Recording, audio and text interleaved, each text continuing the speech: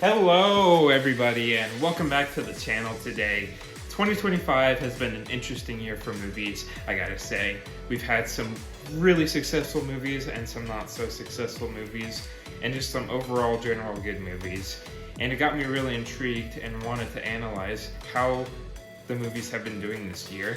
And so I wanted to make this video of my top 10 favorite movies of 2025.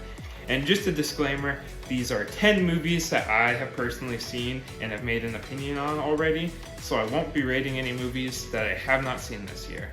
So, without further ado, let's get to it. At number 10, we have the How to Train Your Dragon live-action remake, which was a film that stayed almost truly faithful to the original animated film. And I gotta say, I liked it, but I didn't like it at the same time, because this is what a live action should be, but it was so faithful to the original that they didn't really want to make any changes to adjust it to live action, which I felt was kind of weird. But overall, it was still an enjoyable watch and still brought me back to that magic of the original How to Train Your Dragon movie. At number 9, we have the Lilo and Stitch live action movie. This movie was a great movie of nostalgia, going back to the original Lilo and Stitch movie. It did a few things great with Stitch and Lilo, but with its changes that it made, with not having like the aliens be aliens the whole time or cutting certain characters, I feel like it didn't fully hit the mark to make it on par with the original animated film. That's why I put it at number 9. At number 8, we have the Minecraft movie. So the Minecraft movie's success came out of nowhere, honestly, because of riding off of the internet hype and Gen Z culture. This movie was able to become the 3rd highest profitable movie of the year, which is kind of insane for it being the Minecraft movie. I thought it was really enjoyable, but it wasn't a fantastic film. It was though able to do well in ways to intrigue the fans of Minecraft and entertain kids and families to have just a fun, enjoyable time at the theater. And it comes to show for the filmmakers that staying loyal to a fan base is what we truly want from these types of movies. At number 7, we have Fantastic Four: First Steps, done by Marvel. I feel like this was a very enjoyable Marvel film, and it finally did the Fantastic Four right. After 3 iterations of these characters, I feel like these characters are finally a good version that represents Marvel's original family in a good, perfect manner.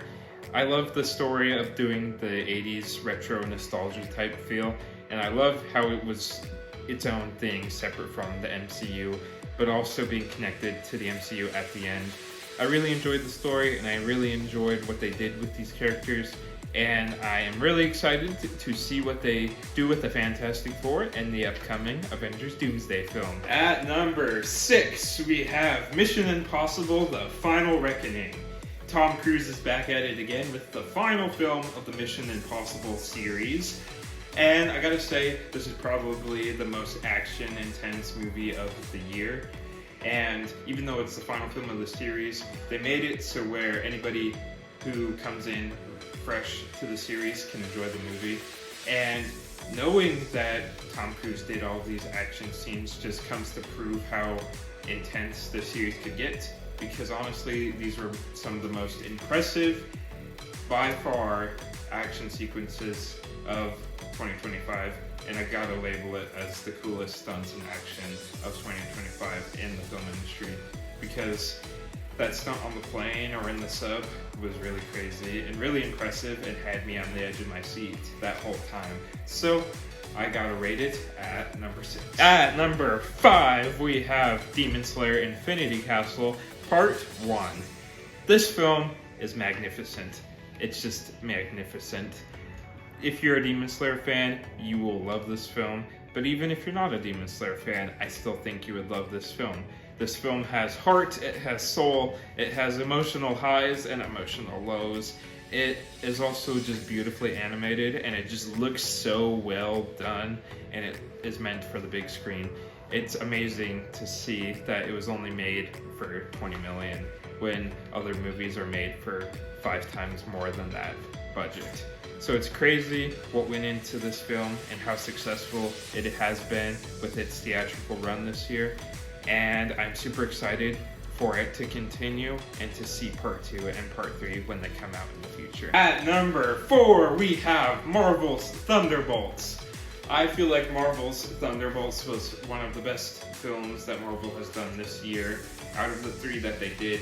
Even though it didn't get as popular as the other 2 films, I feel like this film's message was tackled beautifully, as it was a more serious tone film. It wasn't truly like a dark film, but it just covered more serious topics, and they did it so well that they were able to grab these characters, build some good emotional depth with them, and actually make the Thunderbolts feel like a family. And I really appreciated it because they feel more like a family than the Avengers really did, to be honest with you.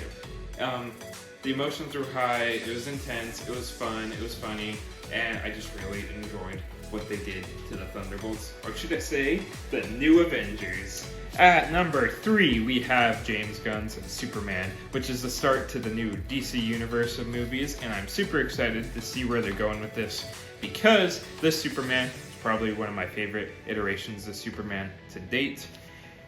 All of the other previous ones were more of this big brooding alien with all these big cool powers, but this version did something different. It showed us how human Superman could be, and that he is truly a compassionate hero and truly wants to save everybody. We see him more or less saving than fighting in the film. Like, he uses his powers for good to save other people, and was this true symbol of hope that literally everybody in the film looked up to. Like, I loved this version of Superman, and I can't wait to see what they do with him next. At number 2, we have K-pop Demon Hunters. And I gotta say, for an unexpected film of the year, this indeed was a very unexpected film of the year.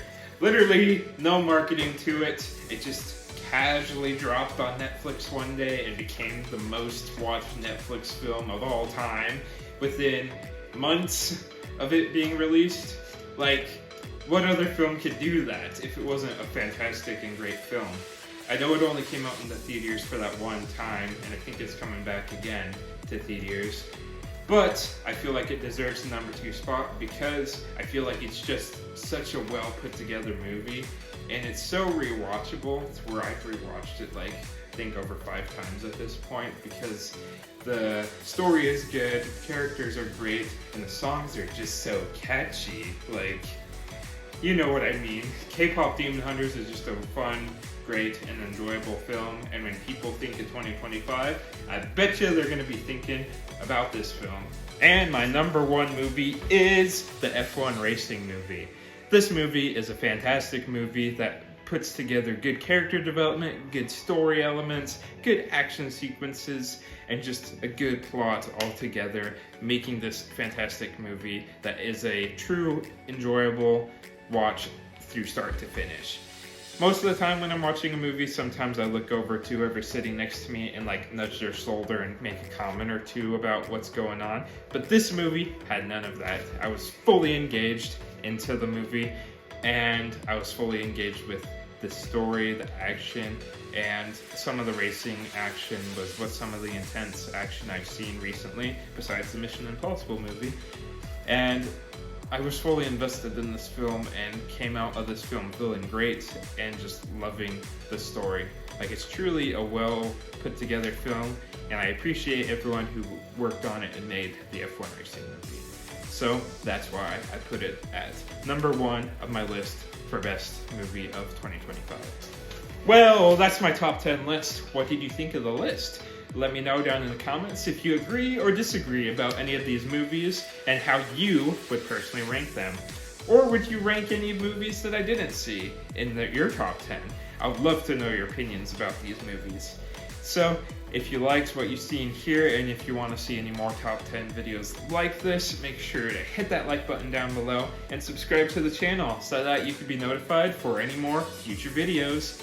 So without further ado, thank you all for watching again, and I will see you all next time.